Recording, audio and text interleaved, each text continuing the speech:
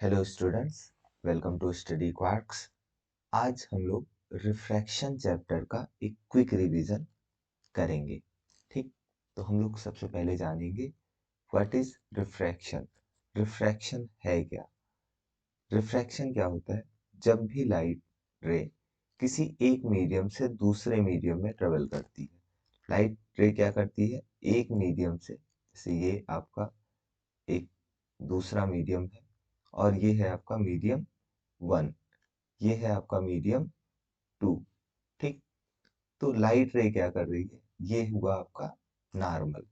ठीक, लाइट इस मीडियम से आ रही है और इस दूसरे वाले मीडियम में जा रही है, तो ये क्या करती है? अपने पाथ से डेविएट कर जाती है। ठीक, अपने पाथ से डेविएट करने के इस प्रोसेस को हम लोग क्या कहते हैं? रिफ्रैक्शन। ओके, अब इसमें होता क्या है? हाँ जा भाई, इसमें होता क्या है? ये वाला एंगल बन जाता है आपका आई, ये वाला एंगल आपका बन जाता है आर। ठीक, अब लॉज ऑफ रिफ्रैक्शन की अगर बात करें तो सबसे पहला क्या है? ये जो रे है इंसिडेंट रे, ये जो रे है वो है आपकी रिफ्रैक्टेड रे।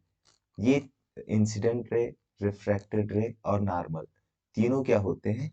एक ही प्लेन में लाई करते हैं। और रिफ्रैक्शन क्या है? When light travels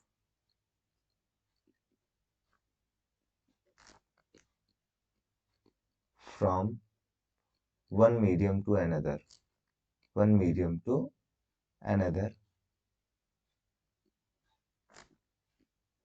it deviates, it deviates from its original path, from its original path.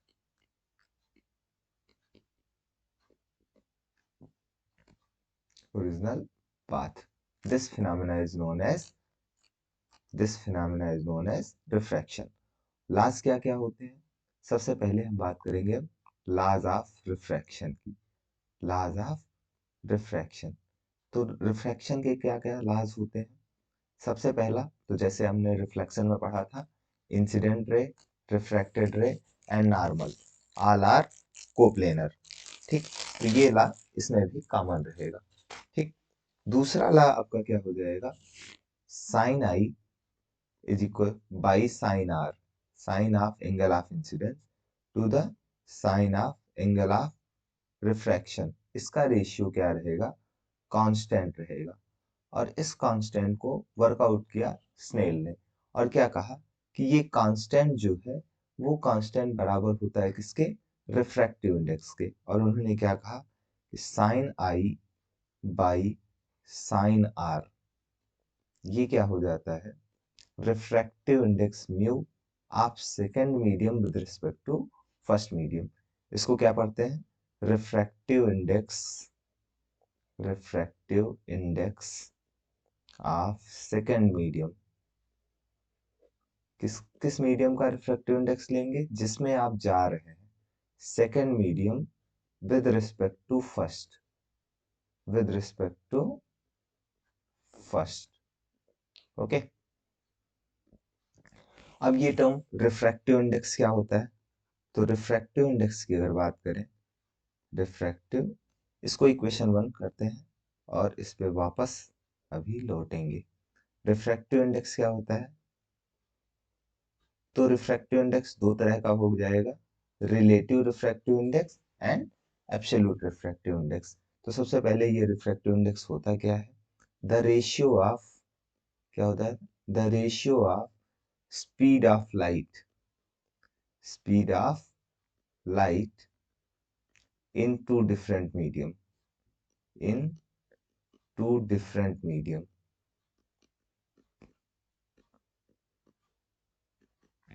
different medium is called is refractive index। अब ये कैसे होगा? तो रिफ्रैक्टिव इंडेक्स अगर हमें निकालना है तो हमारा म्यू टू वन, अगर म्यू टू वन लेना है तो यहाँ पे देखिए हमें क्या लेना होगा? इस मीडियम में, पहले वाले मीडियम में मान लेते हैं वेलोसिटी कितनी थी? v1। पहले वाले मीडियम में वेलोसिटी कितनी थी v1 और दूसरे वाले मीडियम में वेलोसिटी चेंज हो गई, यानी मान लेते हैं कितनी हो गई v2 हो गई। तो रिफ्रैक्टिव इंडेक्स हो जाएगा आपका, क्या हो जाएगा, is equals to v1 by v2, v1 by v2। ठीक। अब रिफ्रैक्टिव इंडेक्स दो तरह का होता है, एक तो होता है रिलेटिव रिफ्रैक्टिव इंडेक्स।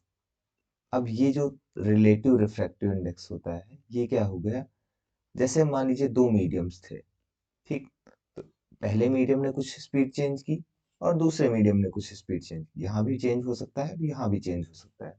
तो यहाँ पे ये जो रिफ्रैक्टिव इंडेक्स आ रहा है इसे हम क्या कह देते हैं, रिलेटिव रिफ्रैक्टिव इंडेक्स। और इसके बाद absolute refractive index. Absolute refractive index की बात करें तो क्या हो जाएगा, अगर relate refractive index with respect to air, refractive index with respect to, किसके रिस्पेक्ट में हो जाएगा ये, एयर के रिस्पेक्ट में। तो यहाँ पे आप जब म्यू लिखेंगे, म्यू मीडियम का होगा विद रिस्पेक्ट टू एयर, तो यहाँ पे क्या आएगा, वेलोसिटी इन एयर अपान में वेलोसिटी इन मीडियम, और वेलोसिटी इन एयर को c लिखते हैं। अब अकेले बचा तो यहाँ पे वेलोसिटी इन मीडियम लिख सकते हैं। तो ये हो जाता है आपका एब्सोल्यूट रिफ्रैक्टिव इंडेक्स का फार्मूला। ठीक। अब एक चीज हमें और याद रखनी है कि एक प्रॉपर्टी है, लाइट की तीन प्रॉपर्टीज होती हैं, ठीक, वेलोसिटी, वेवलेंथ एंड फ्रीक्वेंसी। ये क्या है, वेलोसिटी,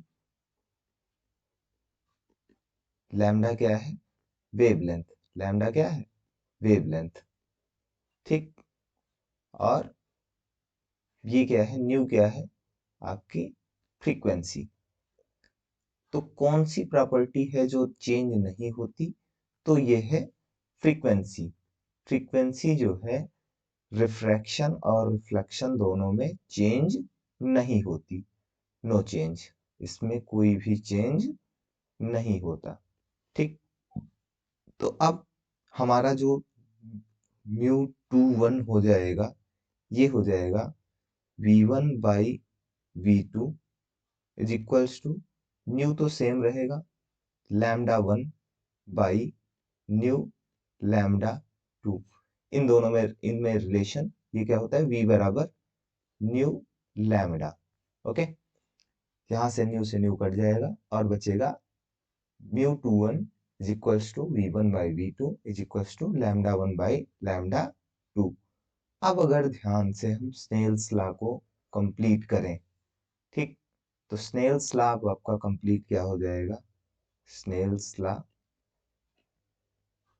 क्या हो जाएगा, sine i by sine r, sine i by sine r is equals to mu two one is equals to v one by v two and is equals to lambda one by lambda to.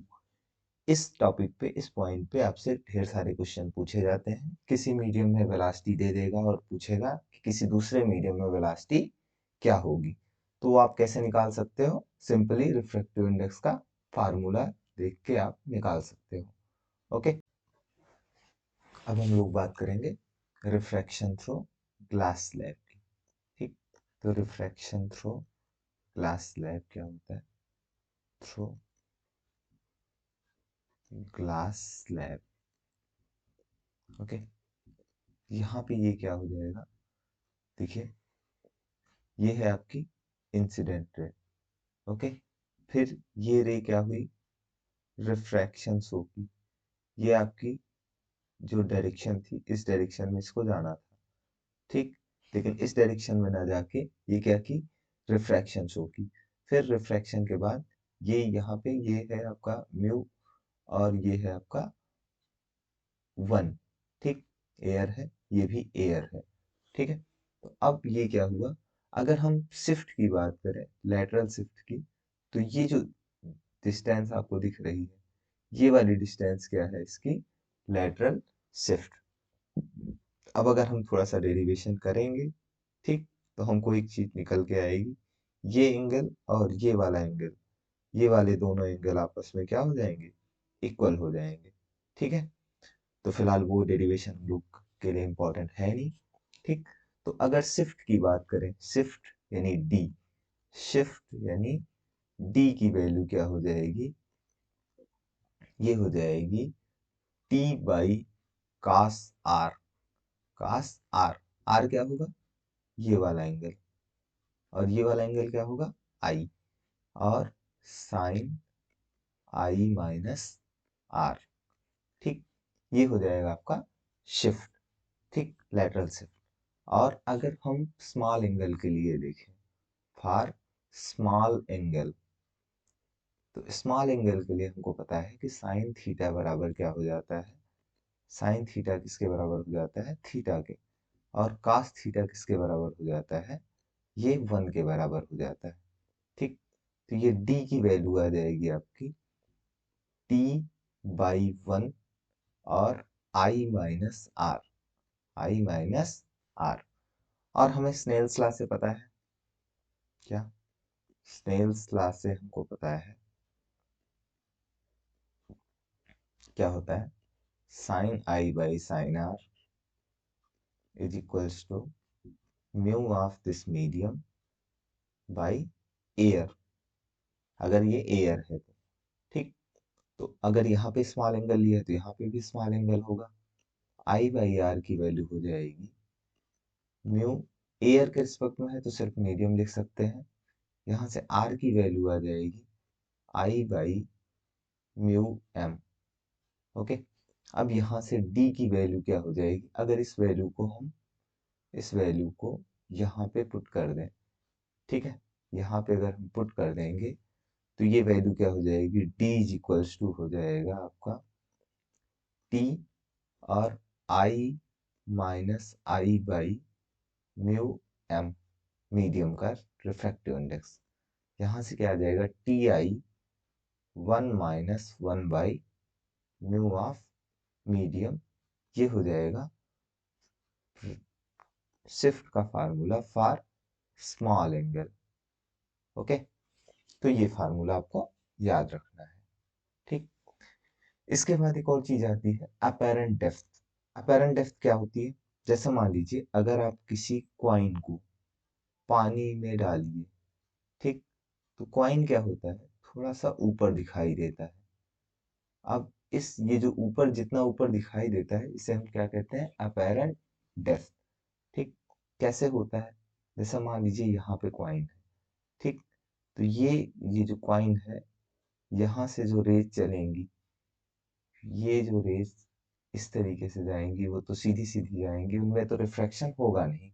ठीक, ये जो raise जाएंगी ऐसे, ये raise यहाँ पे सफर करेंगी refraction, यहाँ पे क्या सफर करेंगी, रिफ्रैक्शन। ठीक, और रिफ्रैक्शन अगर सफर करेंगी तो क्या हो जाएगा आपका, ये रेज यहाँ से जो जा रही है, ये सफर करेंगी रिफ्रैक्शन। ठीक, और ये रेज क्या हो जाएंगी, इधर डेविएट कर जाएंगी। तो डेविएट करने के बाद जहां से ये आती हुई दिखेंगी, ये वाली पॉइंट पे हमको ऑब्जेक्ट दिखाई देगा। ठीक है, ये हो जाएगी ऑब्जेक्ट की अपैरेंट डेप्थ। ये यहाँ से ये जो वैल्यू बनेगी, ये क्या हो जाएगी, अपैरेंट डेप्थ। ठीक, और एक्चुअल डेप्थ क्या थी, ये थी D apparent, sorry D actual, D actual, ये कितनी थी, ये यहाँ तक थी। ठीक, तो अपैरेंट डेप्थ का अगर देखें, अपैरेंट डेप्थ तो वो कैसे निकालते हैं, ये मान लीजिए मीडियम का रिफ्रैक्टिव इंडेक्स म्यू है और इसका रिफ्रैक्टिव इंडेक्स एयर है, तो कितना है, 1। ठीक, तो आपका फार्मूला जो निकल के आता है वो आ जाता है D apparent is equals to D actual by mu. ठीक, रिफ्रैक्टिव इंडेक्स से आपको क्या कर देना है, डिवाइड कर देना है, किसमें, एक्चुअल डेप्थ में। ठीक, एक्चुअल डेप्थ में अगर आप रिफ्रैक्टिव इंडेक्स से डिवाइड कर देंगे, ये म्यू है। ठीक है, तो आपका क्या निकल के आ जाएगा, अपैरेंट डेप्थ। और अगर आपको शिफ्ट निकालना है, ठीक, तो शिफ्ट कैसे निकलेगा, D actual minus D apparent. ठीक, तो डी एक्चुअल कितना हो जाएगा, डी एक्चुअल तो डी एक्चुअल ही रहेगा, माइनस डी अपेरेंट की जगह क्या लिख सकते हैं, डी एक्चुअल बाई म्यू। तो यहाँ से डी एक्चुअल कॉमन ले लेंगे, तो 1 - 1 बाई म्यू, ये आ जाएगा आपका शिफ्ट। ठीक, तो कहीं कहीं आपको शिफ्ट दे देगा और इस वाले फार्मूले से आपको वर्क करना पड़ेगा, ये वाले फार्मूले से। ठीक है, ओके। नेक्स्ट जो आपका टॉपिक आएगा वो आएगा टी आई आर। तो टी आई आर में सबसे पहले आता है आपका क्रिटिकल एंगल। क्रिटिकल एंगल क्या हो जाता है, देखो जैसे मान लीजिए ये आपका है डेंसर मीडियम, ये आपका क्या है, डेंसर मीडियम। अब लाइट क्या कर रही है, इस डेंसर मीडियम से निकल के रेयरर मीडियम में जा रही है। ठीक, तो अगर डेंसर मीडियम से रेयरर मीडियम में जाएगी तो लाइट क्या होगी, अवे फ्रॉम द नॉर्मल घूम जाएगी। ठीक, मान लीजिए हमको इतने से खुशी ना मिले, ठीक, और हम क्या करें, एंगल ऑफ इंसिडेंस की वैल्यू और बढ़ा दें। ठीक, तो क्या होगा, एंगल ऑफ रिफ्रैक्शन की वैल्यू और भी ज्यादा बढ़ जाएगी। ठीक, और अगर इतने से भी ना खुशी मिले तो हम क्या करें, एंगल ऑफ इंसिडेंस की वैल्यू और बढ़ा दिए। ठीक, तो अब क्या होगा, एक ऐसी वैल्यू आएगी जिसके लिए एंगल ऑफ रिफ्रैक्शन कितना हो जाएगा, 90 डिग्री। ठीक, तो यहाँ पे क्रिटिकल एंगल यही हो जाता है, the value of the value of 1 minute 1 minute 1 minute 1 minute, the value of 1 minute, problem in पेंटैप।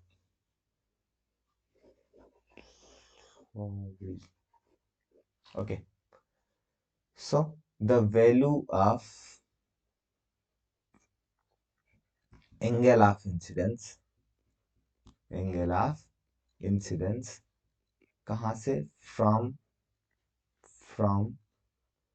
denser to rarer medium, denser to rarer medium for which angle of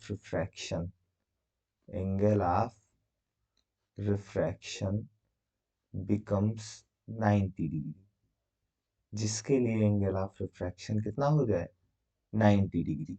ठीक, तो आई की वैल्यू क्या हो जा रही है, आई सी क्रिटिकल एंगल, और are की वैल्यू कितनी हो जा रही है, 90 डिग्री। ठीक, कहाँ से जा रहे हैं आप, डेंसर मीडियम से किधर जा रहे हैं, रेयरर मीडियम की तरफ।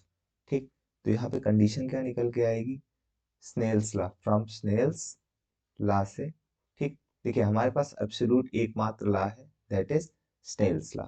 स्नेल्स लॉ से क्या हो जाएगा, sine I C by sine 90, okay, बराबर क्या हो जाएगा, mu of denser medium, sorry mu of rarer medium with respect to denser medium. अक्सर क्या करते हैं, जो रेयरर मीडियम हम क्या ले लेते हैं, एयर ले लेते हैं। ठीक, तो अगर हम इसको इनवर्स ले लें, ठीक, तो क्या हो जाएगा, इससे क्या निकल के आएगा, साइन आई सी की वैल्यू निकल के आएगी बराबर 1/म्यू of denser medium with respect to rarer medium. ये क्या है, कहाँ से किया हमने, प्रिंसिपल ऑफ रिवर्सिबिलिटी से। प्रिंसिपल ऑफ रिवर्सिबिलिटी क्या कहता है, म्यू 2 1 बराबर होता है 1/म्यू 1 2। ओके, यहां से आईसी की वैल्यू क्या निकल के आएगी, क्रिटिकल एंगल की वैल्यू निकल के आएगी साइन इनवर्स 1/म्यू denser medium with respect to rarer medium. ये आ जाएगी आपके क्रिटिकल एंगल की वैल्यू। या इसी को हम क्या लिख सकते हैं, I C is equals to cosec inverse mu mu किसका रखेंगे, डेंसर मीडियम का with respect to rarer medium. Okay, denser medium with respect to rarer medium, ये आपका क्या लिखा है, ये लिखा है रेयरर मीडियम। ओके, ठीक, तो ये हो जाता है आपका क्रिटिकल एंगल। ठीक, अब क्रिटिकल एंगल से रिलेटेड कुछ क्वेश्चंस आते हैं, जैसे प्रिज्म में आपसे क्रिटिकल एंगल पूछ लेगा, या पूछ लेगा कि किस वैल्यू के लिए नो इमरजेंस की कंडीशन आएगी। ठीक, तो ये सब चीजें जब हम लोग क्वेश्चन प्रैक्टिस करेंगे तो उसमें डिस्कस करेंगे। ठीक है, अब हम बात करेंगे refraction through a prism. Refraction through prism,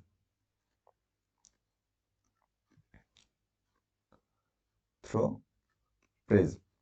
prism, अगर प्रिज्म की बात करें तो प्रिज्म होता क्या है, तो prism is a transparent homogeneous medium bounded by at least to surfaces, at least two surfaces which are non-parallel, two refracting surfaces which are non-parallel।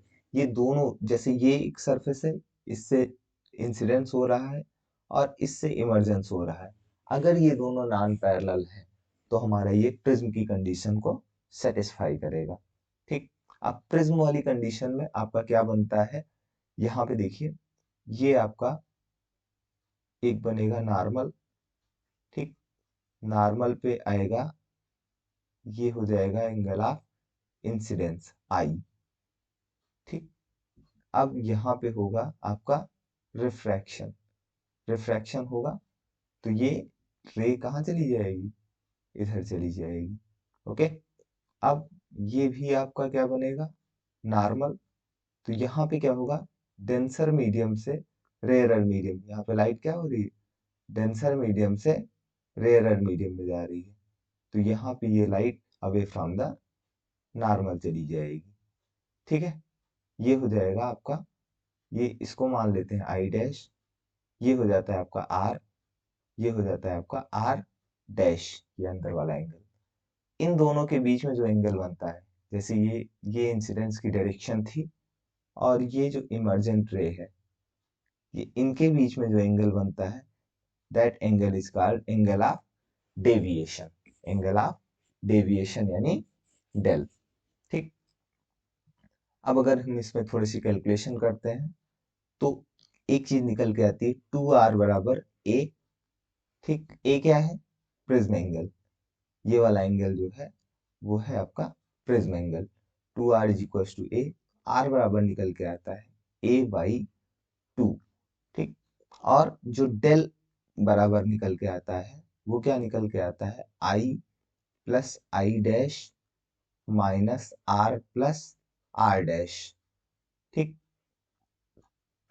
और जब हम एंगल ऑफ मिनिमम डेविएशन की कंडीशन लेते हैं, मिनिमम डेविएशन की, यानी del M बराबर क्या हो जाता है, 2i माइनस 2r। यहाँ से i की वैल्यू निकल के आती है डेल एम, और प्लस का ये 2r इधर आएगा, उसको 2r की जगह क्या लिख लेते हैं, a, और बाई 2।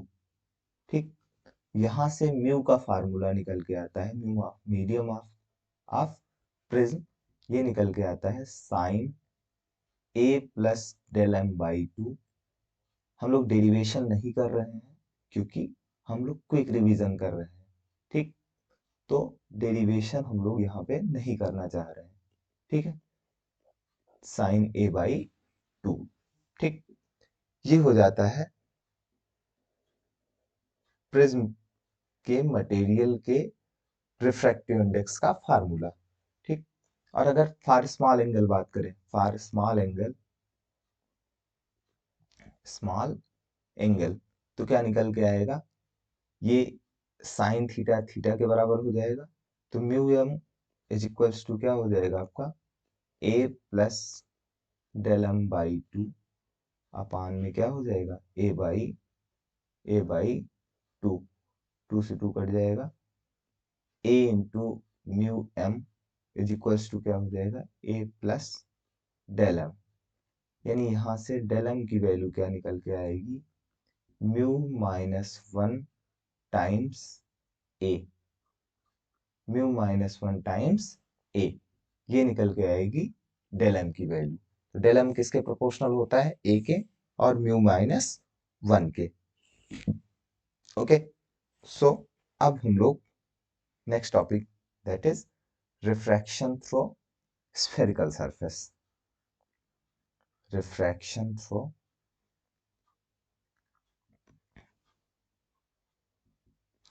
spherical surface.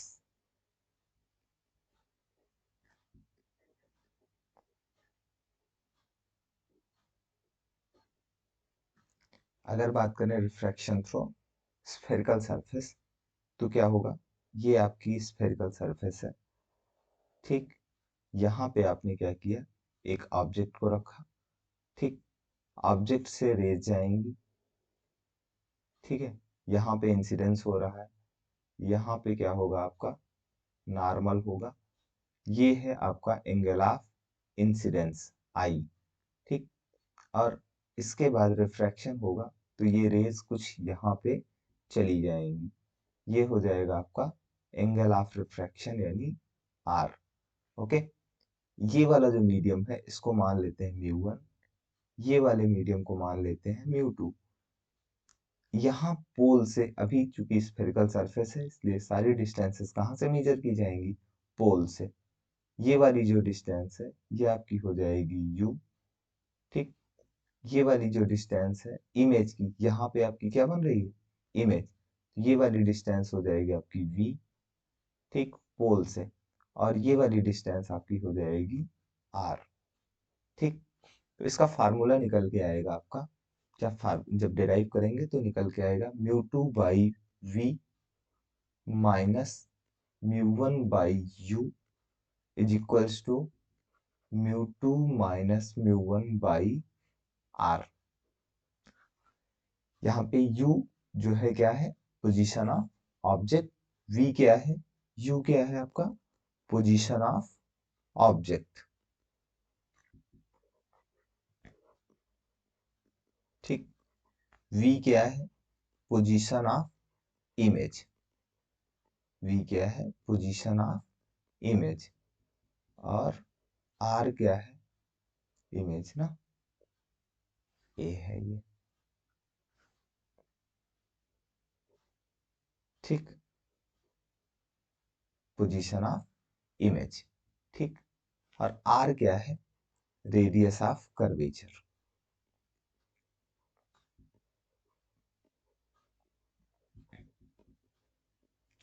r क्या है, रेडियस ऑफ कर्वेचर।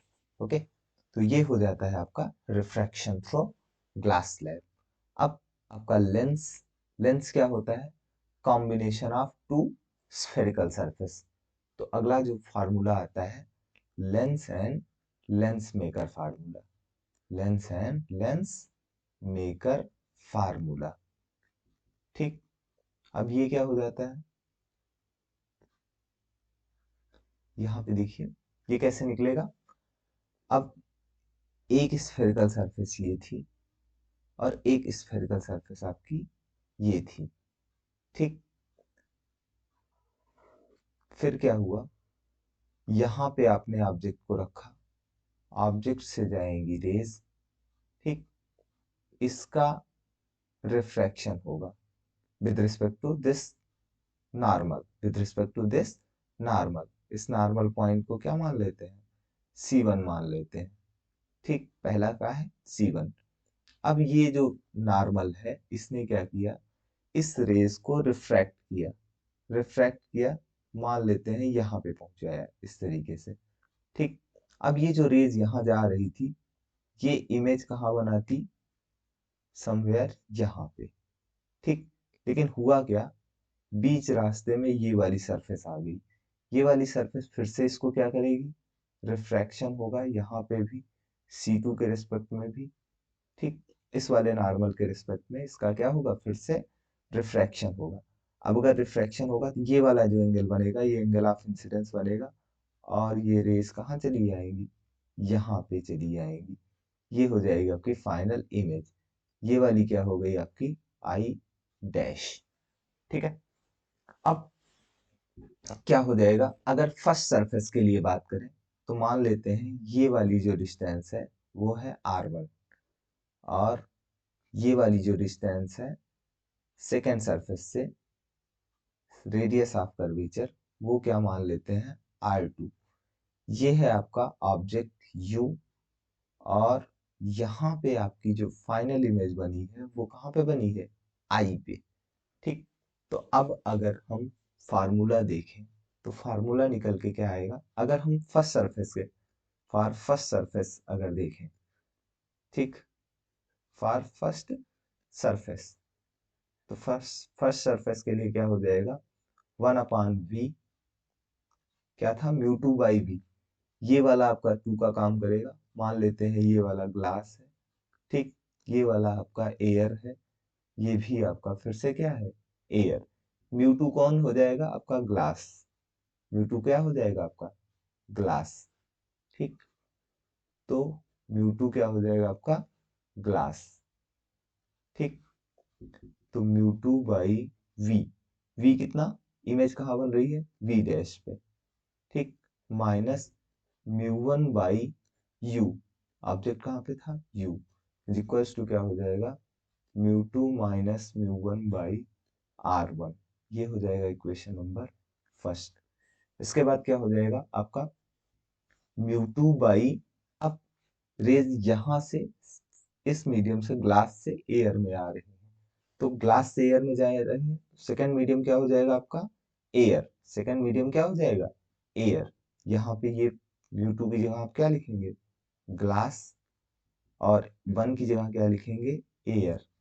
ठीक, यहाँ पे 2 क्या था आपका ग्लास था और 1 क्या था आपका एयर, 2 क्या था आपका ग्लास। ओके, भागेगा भागेगा, ठीक है, मान जा यार,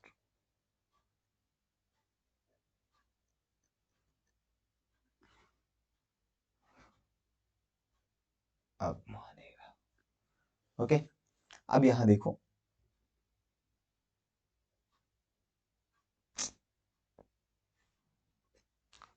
कसम खा रखी है इसने, अरे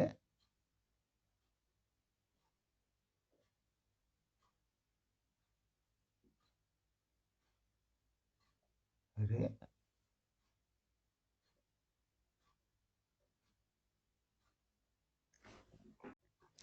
नेक्स्ट हम लोग क्या करेंगे, lens and lens maker formula, lens and lens maker formula. ठीक,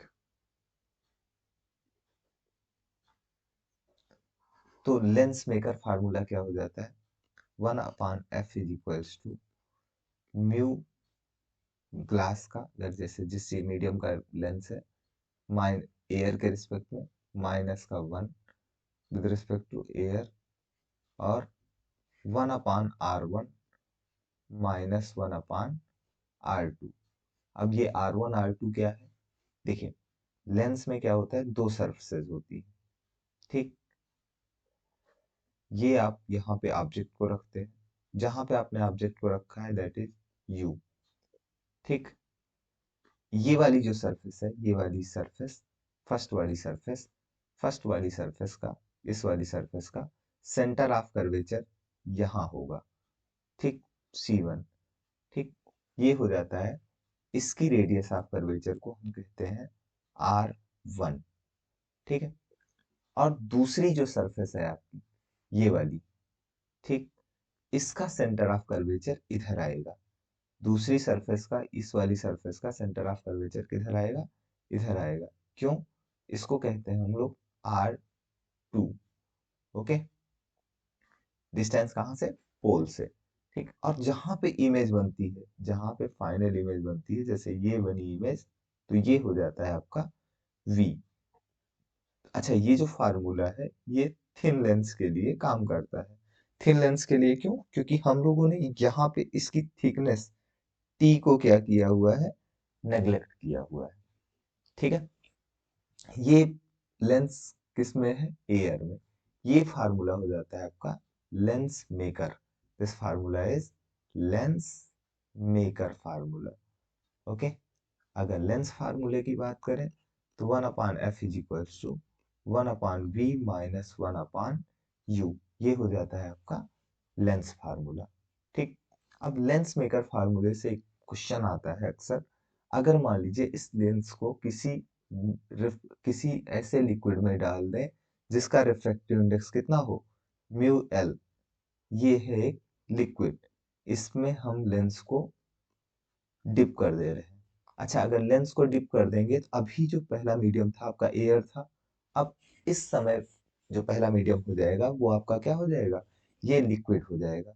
तो 1/f इन लिक्विड आपका हो जाएगा mu of glass with respect to liquid minus का 1। अच्छा, रेडियस ऑफ कर्वेचर पे कोई इफेक्ट आएगा नहीं, 1/r1 माइनस 1/r2। ठीक, ये वाला अगर ले लें 1, ये वाला अगर ले लें 2, तो क्या कर सकते हैं, फ्रॉम 1/2, ये एक अलग टॉपिक है। ठीक, फ्रॉम 1/2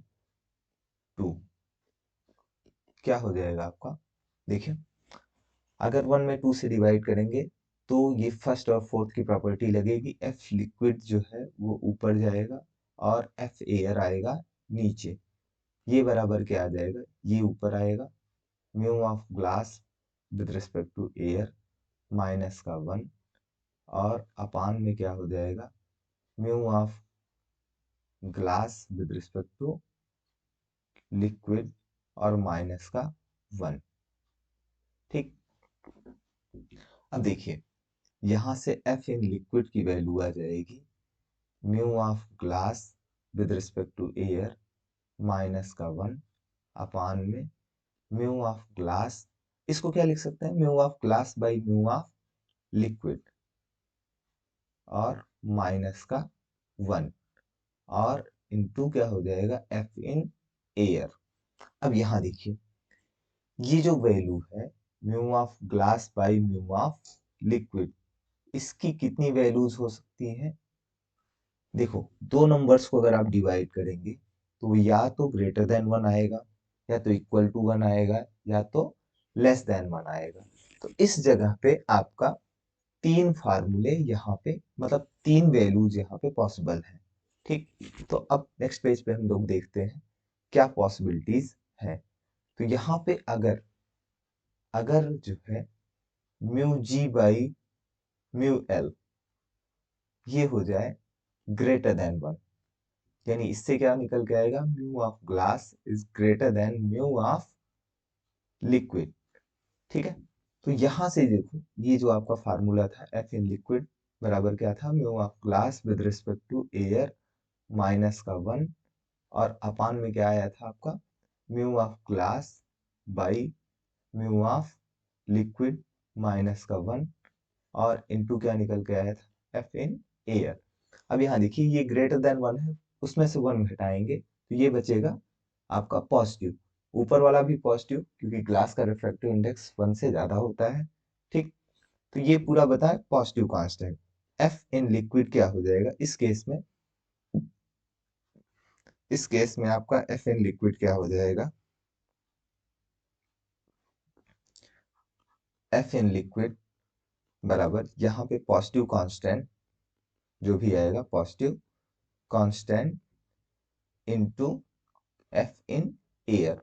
मतलब क्या हो रहा है कि फोकल लेंथ चेंज हो रही है, this means focal length changes, focal length क्या हो जा रही है, चेंज हो जा रही है।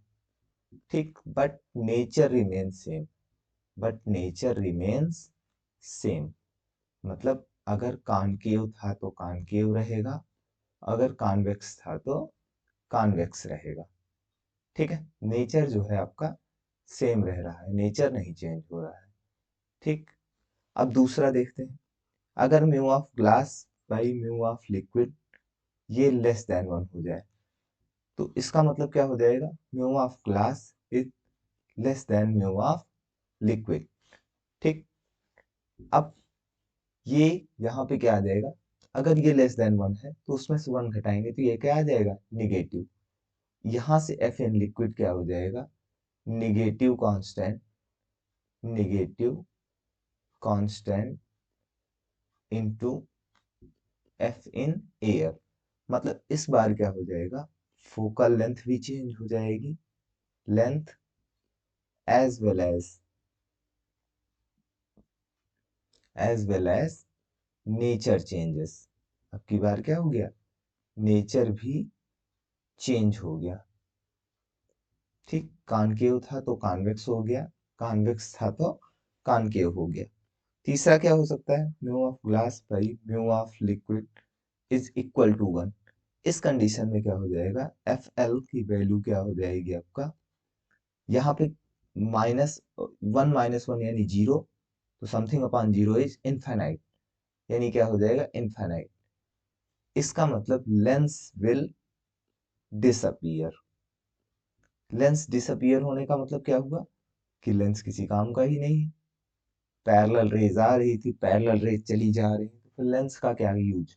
ओके, तो इसके आगे हम लोग करेंगे नेक्स्ट वीडियो में। Thank you, thanks for watching.